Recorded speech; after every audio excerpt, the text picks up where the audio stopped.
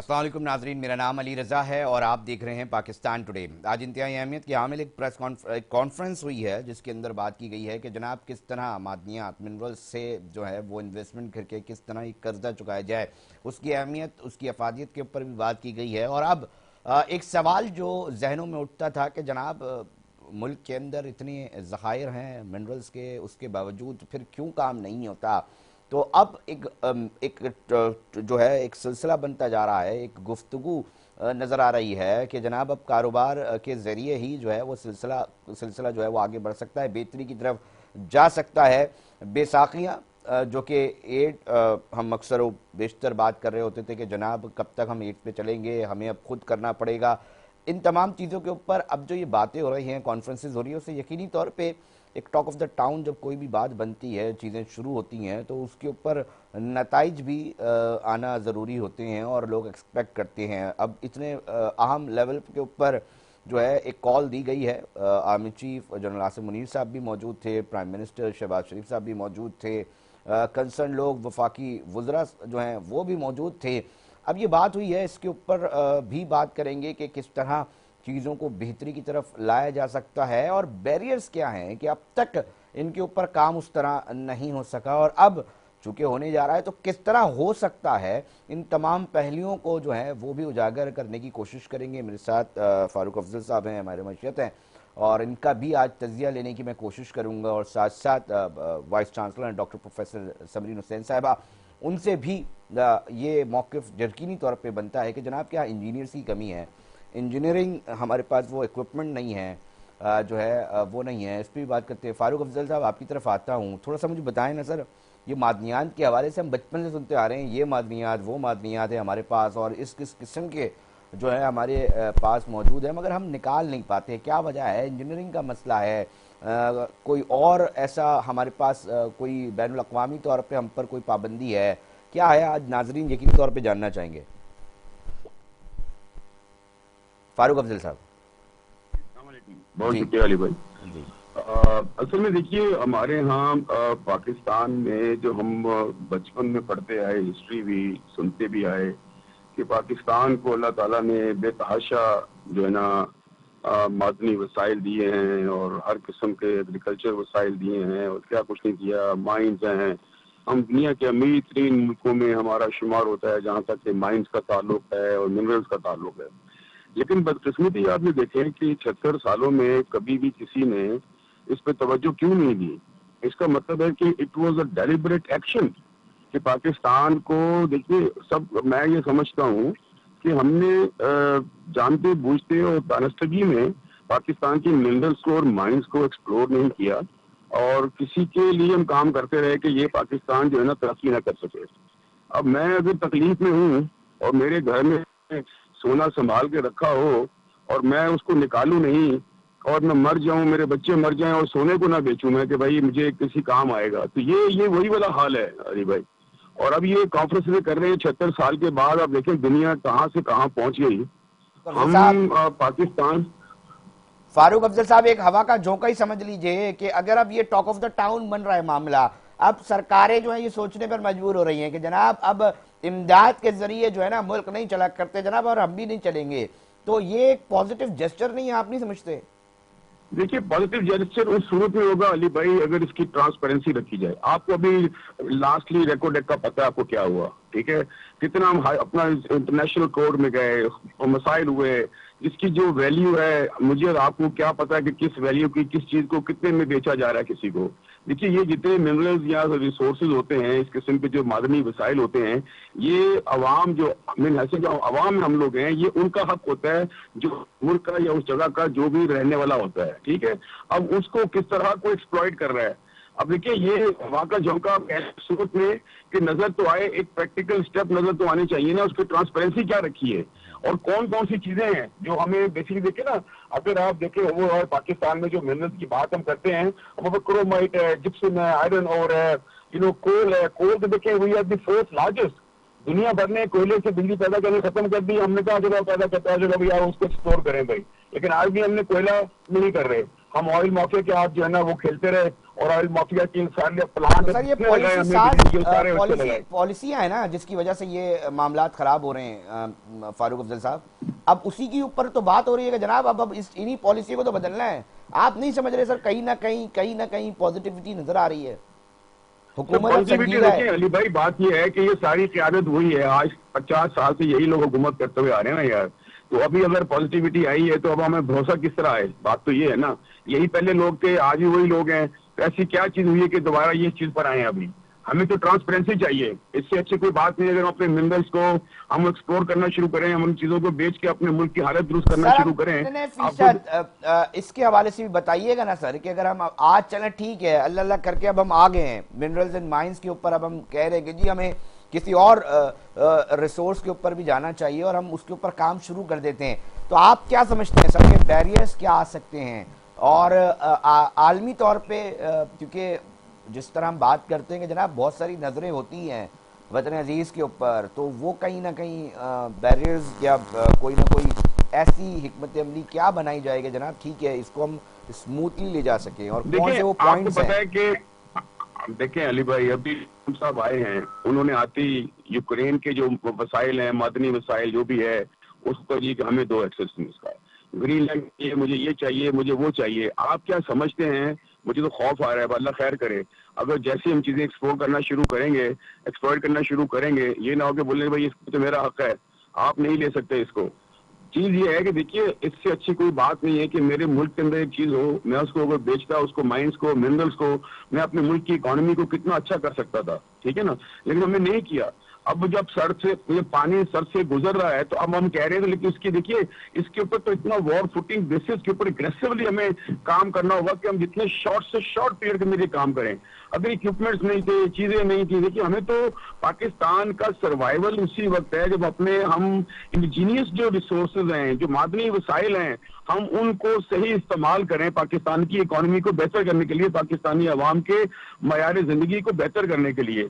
लेकिन अभी हम कॉन्फ्रेंसेज कर रहे हैं, अल्लाह करे कि ये जो कॉन्फ्रेंस हुई है इसके पॉजिटिव रिजल्ट्स आए। देखिए इसके लिए मैंने अर्ज किया कि ट्रांसपेरेंसी चाहिए, कौन से लोग हैं जो इसको इस जो भी मिनट्स बने होंगे, इसके जो भी अपना पॉलिसी बनी होगी, ठीक उसको ठीक, इम्प्लीमेंटेशन फारूक कौन अफजल करेगा, साहब मैं कौन लोग आपका हैं, मौक़िफ़ उनकी वैल्यूएशन हाँ कैसे होगी, अप्रेजल कैसे होगी उन लोगों की, कौन लोग हैं वो मैं कितने समझ अरसे रहा में हूँ। होगा, अकाउंटेबिलिटी कैसे होगी क्रिएट, ये सारी चीज देखने की है ना अली भाई। ठीक, फारूक अफजल साहब मेरे साथ ही जुड़े रहिएगा। मैं यकीनी तौर पे इसी हवाले से मैं बात करता जनाब कि हम टेक्नोलॉजी के एतबार से किस पोजीशन पे खड़े हैं, ये भी एक बड़ा सवाल है। डॉक्टर प्रोफेसर समरीन हुसैन साहब हैं, वाइस चांसलर हैं दाऊद यूनिवर्सिटी की, उन्होंने भी हमें ज्वाइन किया है, बहुत शुक्रिया डॉक्टर साहिबा। थोड़ा सा हम भी आपका भी एक पॉइंट ऑफ व्यू लेना चाहेंगे कि मुख्तलिफ कॉन्फ्रेंसेस का आप भी हिस्सा रहती हैं, मिनरल माइंस के ऊपर अब एक डिस्कशन शुरू होती दिखाई दे रही है, क्या समझती हैं कहाँ रुकावटें आती हैं? कि जनाब हम एक अरसे से सुनते हैं कि जी इतने मिनरल्स हैं, इतने माइंस हैं हमारे पास, मगर हम उसको यूटिलाइज़ नहीं कर पाते, तो वो वजूहत क्या हैं कि जनाब हम अब तक उनको यूटिलाइज़ नहीं कर सके? और रुकावट क्या इक्विपमेंट की कोई परेशानी है हमारे पास, या कोई आलमी सतह का कोई कानूनी तौर पे कोई मसला है? जी अस्सलामुअलैकुम अली, जी पहले तो शुक्रिया मुझे इनवाइट करने के लिए। जी अली, बात यह है कि अभी रिसेंटली हमने एक इंटरनेशनल कॉन्फ्रेंस साउथ में होस्ट की थी जिसका टाइटल ही ये था, blurring the barriers, okay interdisciplinary value of material engineering.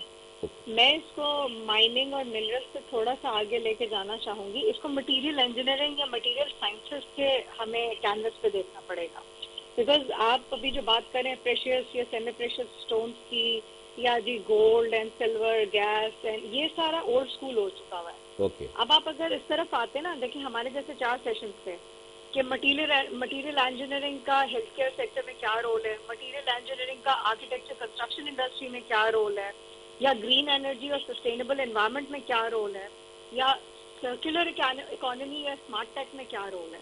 हमने इसमें जब मटेरियल इंजीनियर्स बिठाए एक साइड पे और दूसरे साइड पे हेल्थ केयर की तरफ से कार्डियोलॉजिस्ट या जहाँ जहाँ भी इम्प्लांट्स होते हैं, मे बी डेंटिस्ट, तो हमने सिर्फ वो एक्सप्लोर करने की कोशिश की कि पाकिस्तान के अंदर कौन कौन से ऐसे इंडिजिनियस मटेरियल्स हैं जिनको हम यूज करके ये इम्प्लांट्स इंडिजिनियसली मैन्युफैक्चर कर सकते हैं और हेल्थ केयर की प्राइसेस को नीचे ला सकते हैं, या एक कॉमन मैन की जो हेल्थ केयर सिस्टम को अप्रोच है या उसकी जो एक्सेस है उसको ईजी कर सकते हैं। बहुत उम्दा। तो हमने उन मटेरियल्स के ऊपर, क्योंकि बात यह है कि देखें आप अगर डायरेक्ट बात करते हैं ये सोने चांदी, और इस पे तो जाहिर है केपी में ग्रेनाइट है, फलाना है। पॉइंट ये है कि इंडिया की एक पॉलिसी रही, उन्होंने अपना कोई भी जो इस किस्म के मिनरल्स हैं या इस किस्म की जो जैसे बात होती है हमारे यहाँ की ग्रेनाइट की बात होती है, करंजर पे बड़ी बात हुई, डिबेट भी हुई, जब केयर टेकर सेटअप था तो उसमें बड़ा काफी काम भी हुआ, और हमारे एक MOU भी साइन हुआ माइंस एंड मिनरल्स के डिपार्टमेंट के साथ, और हमने उनके लिए काम भी किया।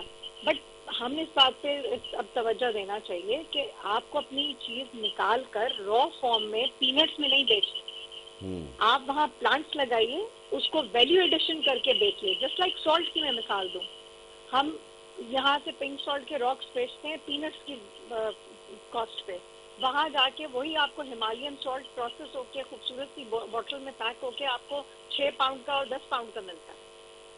तो आपको अब यहाँ जरूरत है कि जहाँ जहाँ भी इस तरह की साइट्स है ना, वहाँ आप इनवाइट करें इन्वेस्टर को कि वो वहाँ उनका प्रोसेसिंग प्लांट लगाए, और विदाउट वैल्यू एडिशन और फाइनल प्रोडक्ट ये पाकिस्तान की चीजें एक्सपोर्ट होनी नहीं चाहिए। अच्छा डॉक्टर तो वो समनी, थोड़ा सा ड्यूटीज वगैरह भी कवर हो जाएगा। अच्छा डॉक्टर समनी, हम ये भी जानना चाहेंगे कि इन्वेस्टर्स के लिए किस तरह एक यूनिक मामला बन सकता है, किस तरह जिस तरह कॉल दी जा रही है कि इन्वेस्टर्स आएँ, तो उनके लिए ऐसी क्या बात है? एक तो पॉइंट आ गया ये कि जनाब उसको हम पीनट के जरिए नहीं बेचे, प्रॉपर उसकी प्रोसेसिंग करके, उसकी ब्रांडिंग करके, प्रॉपर एक जो तरीक़ेकार होता है उससे आप एक अमाउंट अपने मुल्क में ले सकते हैं। इन्वेस्टर्स को किस तरह चार्म इसमें दिख सकता है? कौन सी वो पॉलिसीज़ है जिसको देखकर हम पूरी दुनिया की जो नज़रें हैं वो इसके ऊपर ला सकते हैं? देखिए, बड़ा मैंने आपको सिंपल सी मिसाल दी ना कि जैसे आप अगर एक चीज़ को वैल्यू एड करके अगर आप वहाँ एक प्रोसेसिंग प्लांट लगाते हैं, तो हमारे यहाँ दूसरे मुल्कों के मुकाबले में लेबर वेजेस भी कम है। तो यहाँ अगर वो उसी चीज़ को वहाँ अपने मुल्क में ले जाकर प्रोसेस करते हैं और बेचते हैं तो शायद उसकी प्रोडक्शन कॉस्ट ज़्यादा होगी। लेकिन वो यहाँ अगर प्लांट लगाते हैं और ह्यूमन रिसोर्स यहाँ से करते हैं, हमारे यहाँ थोड़ा सा मसला कैपेसिटी का है, ह्यूमन रिसोर्स कैपेसिटी बिल्डिंग की ज़रूरत है, क्योंकि माइनिंग बहुत कम जगह पढ़ाई जाती है। मेरे यहाँ पेट्रोलियम एंड गैस का डिपार्टमेंट है, तो हम थोड़ा बहुत उन्हें पढ़ा देते हैं एक्सकेवेशन या रिगिंग, इस तरह की चीज़ें। इसी तरह हमारा मटेरियल इंजीनियरिंग है, उसमें बड़ा थोड़ा सा टच करते हैं, क्योंकि ज़्यादातर हम नैनो मटेरियल्स पे रहते हैं, हम बायो मटेरियल्स पे रहते हैं। हमारी कॉन्फ्रेंस की जो रिकमेंडेशंस भी निकल कर आई थी वो यही थी कि गवर्नमेंट को कुछ ऐसे सेंटर्स कायम करने चाहिए जहाँ नैनो मटेरियल्स और बायो मटेरियल्स की एक फोर्स मैरिज कराई जाए या एक कन्वीनियंट मैरिज ऑफ कन्वीनियंस कराई जाए, जिसके बाद हम इंडिजिनस की चीज़ें प्रोड्यूस करें। तो इन्वेस्टर के लिए जो चीज़ है ना, वो ये है कि अगर यहाँ से वैल्यू ऐड करके यहीं की लोकल मार्केट को भी बेचता है, क्योंकि हमारे पास बहुत सारी चीज़ें इम्पोर्ट होती हैं, तो यहाँ उसके प्रॉफिट मार्जिन हो सकता है उतने।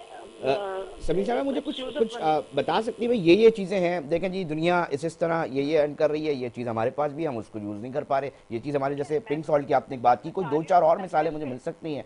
और इन्वेस्टर्स की जिस तरह मैं बार बार बात कर रहा हूँ, क्योंकि अब एक नैरेटिव कम से कम हुकूमत जो एक पॉजिटिव साइड नज़र आ रहा है कि जनाब ठीक है, अब एक टॉक ऑफ द टाउन तो बनना शुरू हो गया है कि जनाब इमदाद के अलावा भी चीज़ें चलाई जा सकती हैं और अपने रिसोर्सेज के ऊपर अब जो है वो करना है, पॉजिटिव जेस्चर नज़र आ रहा है।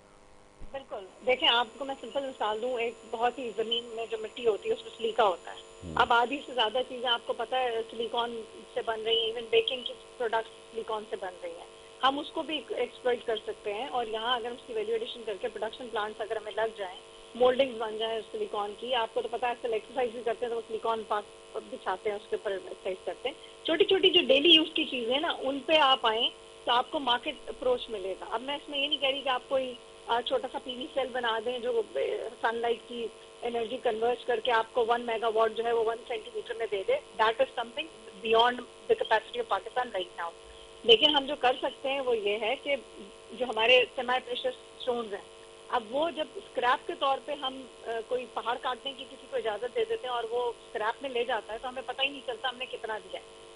फॉर एग्जाम्पल मैं गिलगित में थी, एक मेरा एक्सपीरियंस हुआ, किसी आदमी का इंडिविजुअल पहाड़ था, उसने कहा जी मैंने इसको $500 पर डे के दिए हैं। अब वो $500 में कितनी डिगिंग कर रहा है और कितना सेमी प्रेशियस ले जा रहा है हमें नहीं पता। लेकिन जब हम उसका प्रोसेसिंग प्लांट लगाएंगे और सेमी प्रेशियस स्टोन को सेपरेट करेंगे और फिर उसको वे करके उसकी ओरिजिनल वैल्यू पे बेचेंगे, तो definitely profit margin will be different और फिर एक्सपोर्ट वैल्यू भी डिफरेंट होगी।